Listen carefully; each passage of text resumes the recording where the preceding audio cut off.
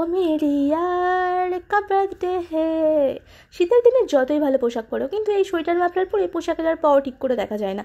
আমি আর মিমো যাচ্ছি সুস্মিতার 52তম জন্মদিনে। প্রথমে 52 বছরের বুড়িটার জন্য তো কিছু কিনতে হবে, তাই চলে গিয়েছিলাম একটা কাশ্মীরি শালের দোকানে। সেখানে গিয়ে মিমো তো দোকানের বাইরে দাঁড়িয়ে দাঁড়িয়ে দোকানের ভিতরে তাকিয়ে তাকিয়ে দেখছে যে কোনটা ভালো লাগছে।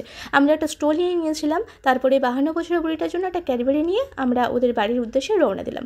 আমরা ওদের বাড়িটা চিনতাম না, আর রিয়া আর অরিত আগেই পৌঁছে গিয়েছিল, তাই রিয়া আর অরিত এসেছিলো আমাদের নিতে। তারপরে আমরা সেখানে পৌঁছে 52 বছর বুড়িটাকে একটু হালকা করে উইশ করে দিলাম। তারপরে গিফটটা হাতে ধরিয়ে বললাম চল খুলে দেখ কেমন হয়েছে। গিফটটা খুলে ও দেখছে, দিয়ে আমাকে বললো যে খুব সুন্দর হয়েছে। আমারও এটা শুনে খুব ভালো লাগলো। আর তোমাদের আমি বলেছিলাম না যে ওর বয়স সত্যিই 52? দাঁড়াও দাঁড়াও, তোমরা দেখতে পাবে সেটা যে ওর বয়স 52 কিনা। দেখলে তো, বললাম না ওর বয়স 52।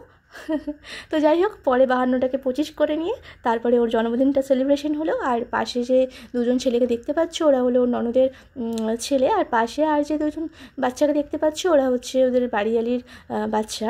আর ওদের বাড়িটা না চিনতে পারার একটাই কারণ, সুস্মিতার এই বছরই বিয়ে হয়েছে, আর ওরা বিয়ের পরে বর্ধমানে ভাড়া বাড়িতে থাকে।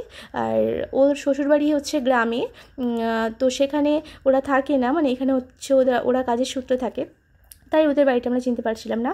আর তারপরে আমরা খেতে বসে পড়েছিলাম কেক ঠেক খেয়ে। আর এখানে হচ্ছে রান্নাবান্না সব করেছিলেন সুস্মিতার নন্দাই, ওনার নিজস্ব ক্যাটারিং আছে, রান্নাবান্না খুবই ভালো হয়েছিল। খেয়ে দিয়ে তো আমরা চললাম বাড়ির উদ্দেশ্যে। আর এখানে রিয়া আর অরিত আগে যাচ্ছে, তো কী হয়েছে, আমরা একটা জিনিস খুব মানি, আগে গেলে বাঘে খাই, পেছনে গেলে সোনা পাই।